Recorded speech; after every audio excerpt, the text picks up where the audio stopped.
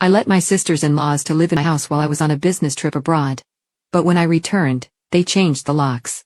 My sister said, "You can rent an apartment." So I called the police and enjoyed their anger. My name is Rebecca and I'm 32 years old. I work for this big company that has branches all over Europe, and my job is basically to travel around and check how these foreign offices are doing. It sounds cooler than it actually is. Most of the time I'm just looking at spreadsheets and sitting in boring meetings. I got assigned to this 6-month business trip that would take me to 8 different countries.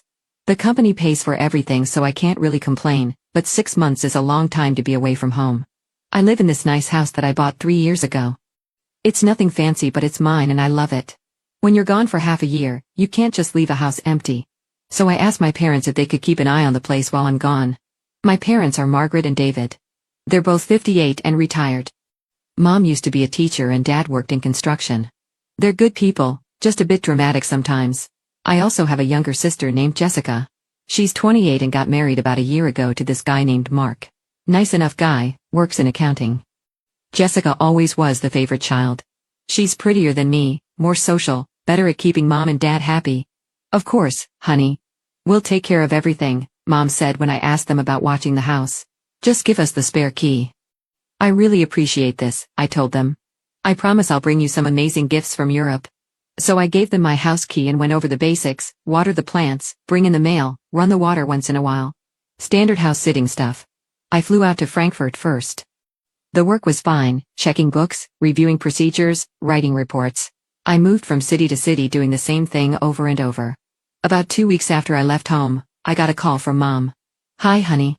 How's the trip going?" "Pretty good. How's everything at home?" "The house is fine, actually. That's why I'm calling. We have a favor to ask you." "You remember Jessica's in-laws? Mark's parents, Robert and Linda?" "Yeah. From the wedding, they seemed nice. They just moved to our city and they're looking for a house but don't want to waste money on rent. We were thinking maybe they could stay at your place temporarily? Just until they find their own place?" I felt my stomach drop. "Mom, I don't know. That's my house. They're family now, and you met them. They're very nice people. It would mean so much to Jessica." I thought about it. They had seemed decent at the wedding. And my house was just sitting there empty. "Fine, but only temporarily. And I want them out before I get back." "Of course, thank you so much, honey." An hour later, Jessica called me. "Rebecca, thank you so much. This will really help me get closer to Mark's parents. Just make sure they understand it's temporary." Of course, they're so grateful. After that, I got really busy with work. I was checking all the foreign branches one by one and didn't have much time to communicate with my relatives. The weeks flew by as I traveled from country to country. But about 2 months later, I got a call that changed everything. It was from Mrs. Patterson, my elderly neighbor. She's this sweet woman who lives next door and I'd given her my phone number before I left, just in case there were any problems with the house. "Rebecca, it's Mrs. Patterson." "Oh, hi. Is everything okay with the house?" "Well, that's why I'm calling.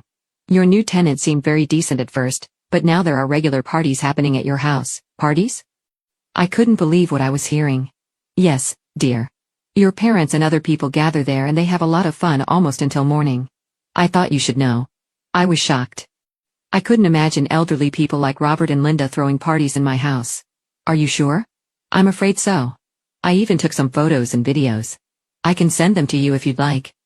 A few minutes later, my phone started buzzing with messages from Mrs. Patterson. Photos and videos of my house at night with loud music, people standing around on my lawn, cars parked everywhere. The videos showed guests behaving terribly, throwing garbage around, shouting loudly, acting like complete slobs. I was absolutely shocked. These people were treating my house like some kind of party venue. I immediately called my mother. "Mom, the neighbors are complaining about Robert and Linda. They're throwing parties in my house." There was a pause. "Oh, well, Rebecca, nothing terrible is happening. They're just making new friends in the city and inviting them over sometimes." "Sometimes?" "Mom, this looks like every night. And look how these people are behaving." "You're being dramatic, honey. I don't like this at all, Mom. This needs to stop." And then she hung up on me, just like that. I called back immediately but got voicemail. I tried Dad's phone, same thing, they weren't answering. So I called Jessica. "Jessica, I need Robert and Linda's phone number. I need to talk to them about what's happening at my house." "What are you talking about?" "They're throwing parties, the neighbors are complaining." "Rebecca, you're totally overreacting. They're just being social. I want their phone number so I can talk to them myself. I'm not giving you their number. You're making a big deal out of nothing. And then she hung up too. After my family hung up on me, I was so angry I couldn't even think straight. Here I was, thousands of miles away, trying to do my job. And these people were turning my house into some kind of party central while my own parents and sister acted like I was the problem. I stopped calling them after that. What was the point? They'd made it clear whose side they were on, and it wasn't mine. I threw myself into work instead, checking branch after branch, writing report after report. At least work made sense. Numbers don't lie to you or hang up on you when you're trying to have a reasonable conversation. The next few weeks dragged by. Every night I'd lie in whatever hotel bed I was in, thinking about what was happening to my house. Were they still throwing parties? Were people sleeping in my bed? Using my bathroom? Going through my stuff? The thought of strangers pawing through my personal belongings made me sick. I was supposed to be in Europe for 6 months total, but I started working like crazy to get everything done early. I wanted to get home and deal with this mess as soon as possible. I worked weekends, stayed up late writing reports, did everything I could to finish ahead of schedule.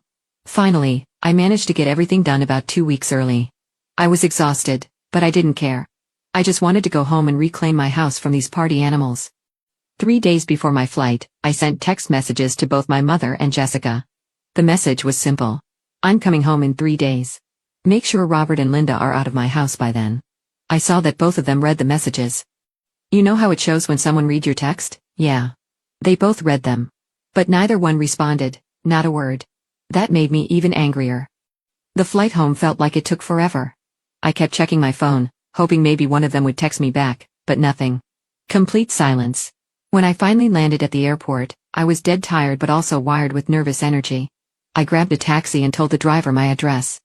During the whole ride, I kept thinking about what I'd find when I got there. Maybe Robert and Linda had already moved out and my family was just too embarrassed to respond to my texts. Maybe the house would be clean and empty waiting for me.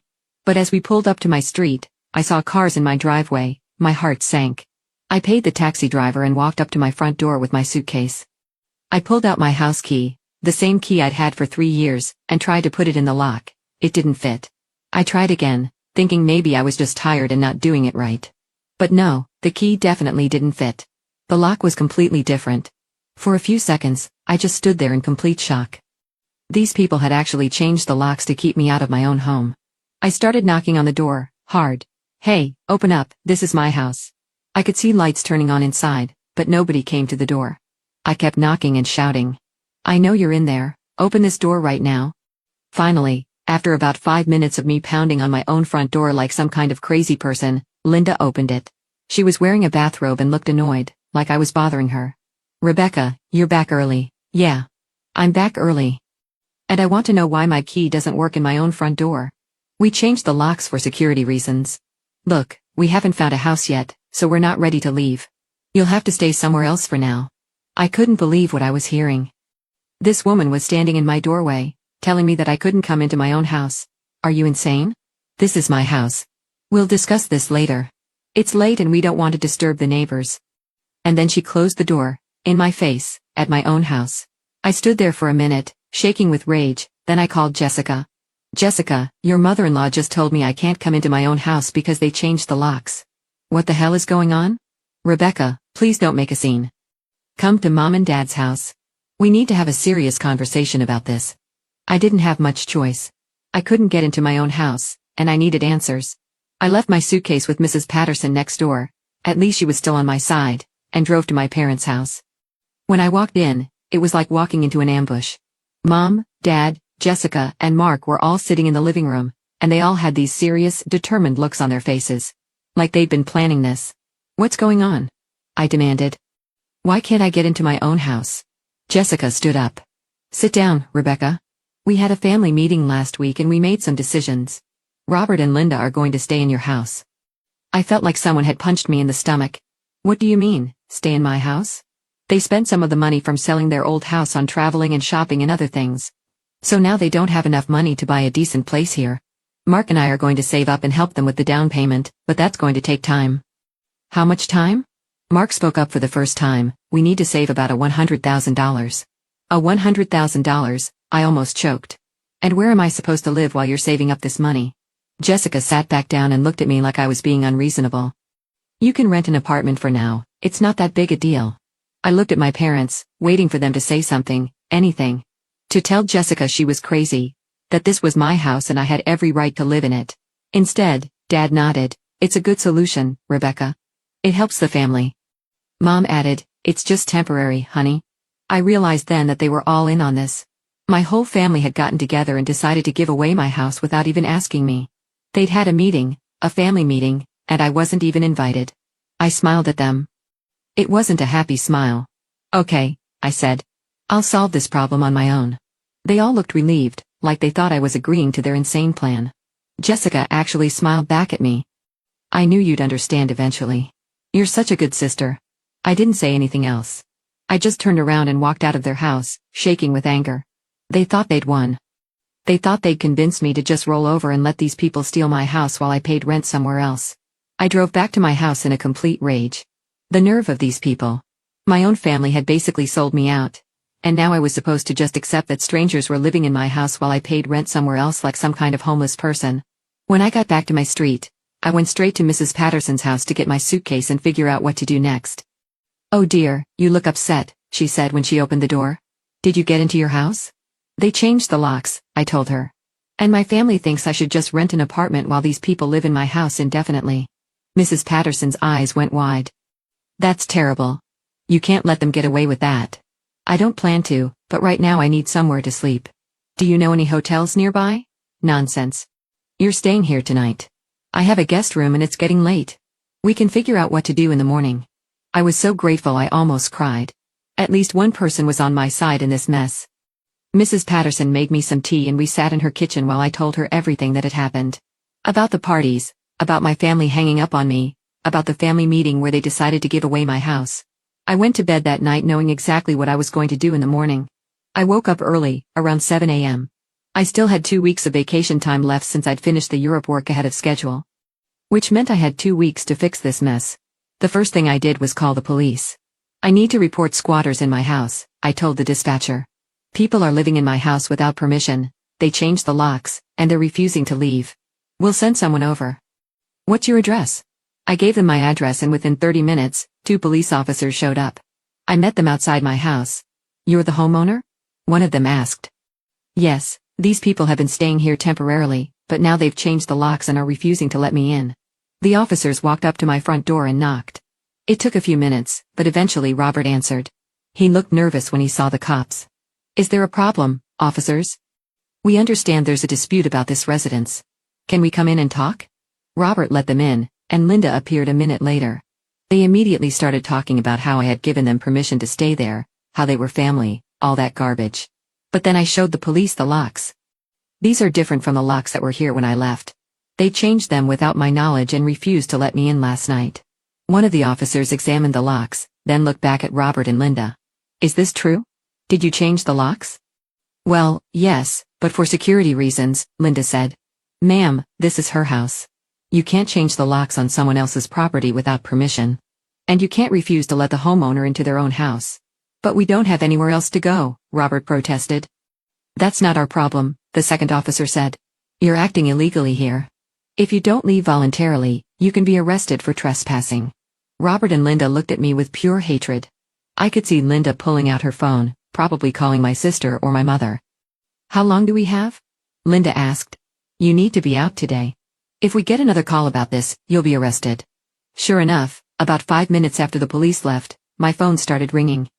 It was Jessica, but I didn't answer. Let her leave a voicemail. I finally went into my own house for the first time in months. And I was curious at what I saw. They had completely rearranged everything. The living room was painted a different color, some ugly beige that I hated. All my furniture was moved around.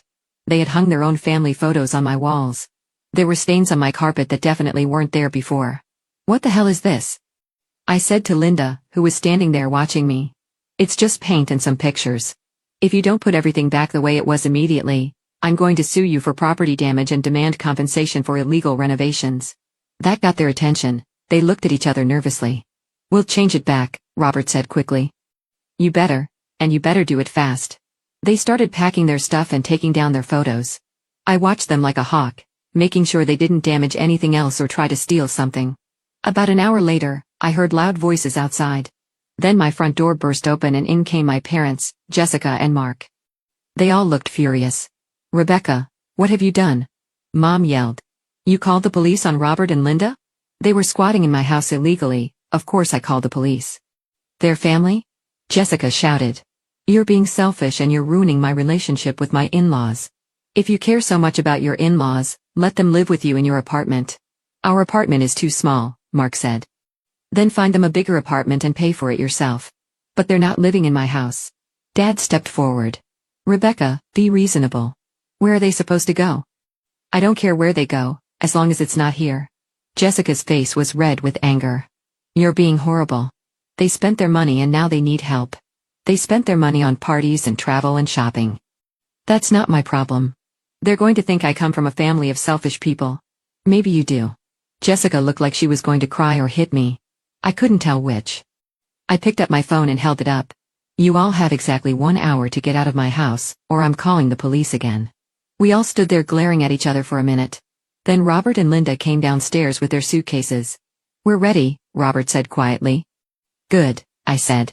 They loaded their stuff into their car while my family stood around looking defeated. Before they left, Linda gave me one last dirty look. "This isn't over," she said. "Yes, it is." My parents and Jessica and Mark left right after them, without saying another word to me. I watched them all drive away from my living room window. Then I locked the door behind them and finally, for the first time in months, I was alone in my own house. I called the locksmith immediately and had all the locks changed to new ones. Then I called a cleaning company to come deal with whatever damage these people had done to my house. For the next few days, I just enjoyed being home. I slept in my own bed, cooked in my own kitchen, watched TV on my own couch. It felt amazing to have my space back. I went back to work after my vacation ended, and life started feeling normal again. Nobody from my family called me, which was fine by me. I figured they were all mad and eventually they'd get over it. Or maybe they wouldn't. Either way, I had my house back and that's what mattered. For about 2 months, things were quiet. I worked, I hung out with friends, I did normal people stuff. Mrs. Patterson and I became even better friends after everything that happened. She'd invite me over for dinner sometimes and we'd laugh about how ridiculous my family had been. "I still can't believe they thought you'd just accept that," she said one evening over coffee. "I can't believe it either, but it's over now." I really thought it was over. I should have known better. 2 months after I kicked them out, my phone rang. I looked at the caller ID and saw it was Mom. My first instinct was to ignore it, but I was curious what she wanted after all this time. "Hello? Hi Rebecca, how are you?" Her voice was different, fake sweet, like when she wanted something big. "I'm fine, what do you want?" "I was hoping we could talk about the situation with Robert and Linda." "What about them? Are they still living with Jessica and Mark?" "Well, yes, and that's actually what I wanted to talk to you about." I had a feeling I knew where this was going, but I let her continue. "Jessica is getting really tired of having them in their apartment. It's very crowded and it's putting stress on their marriage." "Okay. So they should find their own place." "That's the thing, honey. They still don't have enough money for a house. They need help with the down payment." "How much help?" "About $100,000. I almost laughed, and? Well, we were wondering if you could loan them the money. I did laugh then, out loud. "Are you serious right now? Rebecca, their family, and Jessica really needs this. Her marriage is suffering because of the stress."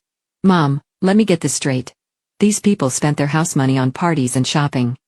Then they moved into my house without asking me, threw parties, trashed the place, changed my locks, and refused to let me in. Now you want me to give them a $100,000? It would be a loan. With what collateral? They don't have any money." "Rebecca, please. Jessica is miserable. Then Jessica and Mark can take out a loan themselves if they want to help Robert and Linda so badly. They can't afford that kind of loan on their salaries. Then maybe Robert and Linda should get jobs and save up their own money instead of expecting everyone else to support them." Mom's voice got sharper. "You're being selfish, Rebecca. This is your sister we're talking about. No. This is Robert and Linda we're talking about. And I wouldn't give them a penny if my life depended on it. But Jessica made her choice when she sided with them instead of me. She can live with the consequences." "Rebecca, you can't mean that." "I absolutely mean that, and you know what else I mean? I mean that I'm done with all of you." "What?" "You heard me. I'm done. You all chose Robert and Linda over me, your own daughter and sister. You hung up on me when I needed help. You had a family meeting to give away my house and didn't even invite me. You expected me to just roll over and pay rent while strangers lived in my house. Well, guess what? I don't need family like that. Rebecca, don't say things you'll regret. I'm not going to regret anything. I'm going to hang up now, and I don't want you to call me again, Rebecca. I hung up on her, just like she'd hung up on me months earlier. But I wasn't done yet. I went through my phone and blocked every single one of their numbers. Mom, Dad, Jessica, Mark, all of them. Then I blocked them on social media too. If they wanted to choose Robert and Linda over me, that was fine. But they weren't going to keep coming back asking for money when their brilliant plan didn't work out.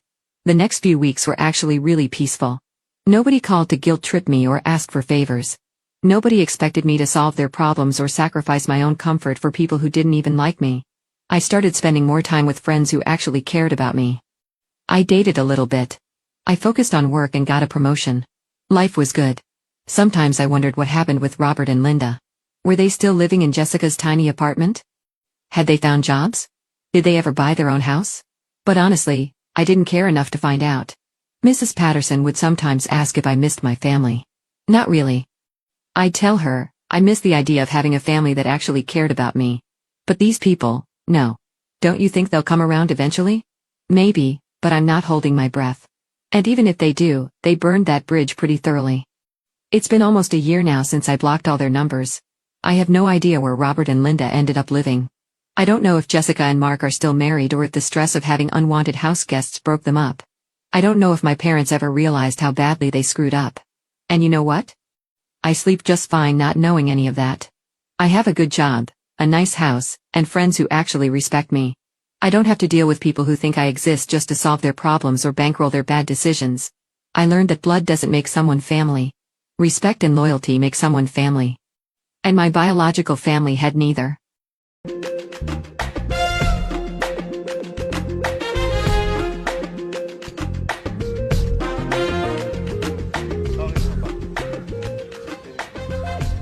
Bosan nih.